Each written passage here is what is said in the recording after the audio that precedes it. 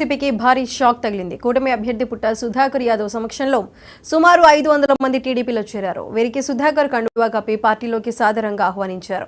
పుట్టిన ఊరికి, పెరిగిన నియోజకవర్గానికి సేవ చేయాలనే ఉద్దేశంతో తాను రాజకీయాల్లోకి వచ్చానని డేవిడ్ చెప్పారు.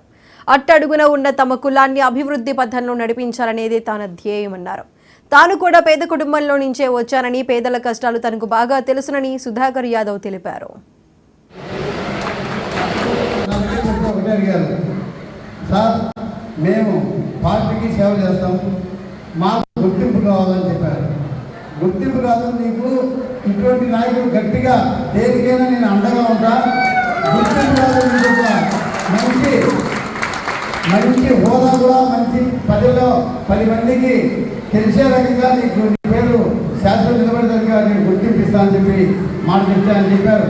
మాకు ఎక్కడ ఏదైనా కోరిక లేదు సార్.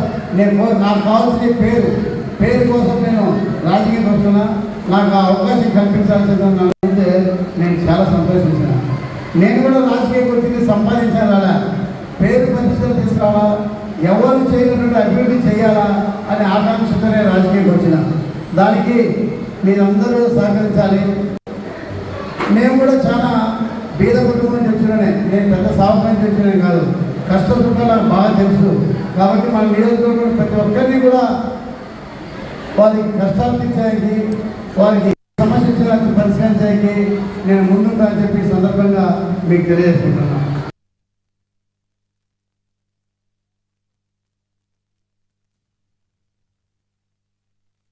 తెలుగుదేశం పార్టీలో చేరాలనుకున్న కారణం ఏమంటే, గత 5 ఏళ్ల బట్టి ఈ ప్రభుత్వాల గురించి చూసాం మనం.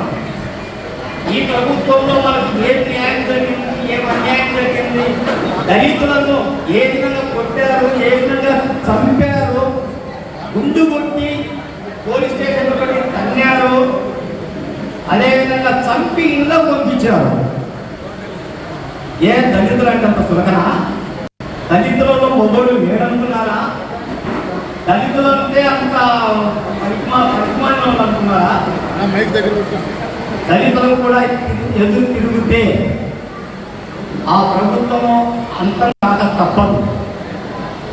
అందుకే గత ప్రభుత్వానికి వ్యతిరేకంగా మనసు చంపుకొని, మనసు బాధ అనిచుకొని ఈ దినము నేను సుధాకర్ సమక్షంలో తెలుగుదేశం పార్టీకి సేవ చేయాలనే ఉద్దేశంతో బద్రిపల్లి గ్రామం నుండి మరి అన్ని గ్రామాల నుండి వచ్చిన ప్రజలందరి సమక్షంలో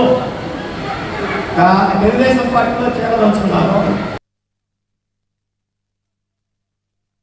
నానని రైతే రాదున్నారు వ్యక్తి మాటిస్తే మారినప్పుడు ఈరోజు ప్రసాద్ గారి సమక్షంలో భారీగా జన సమీకరణలో వచ్చి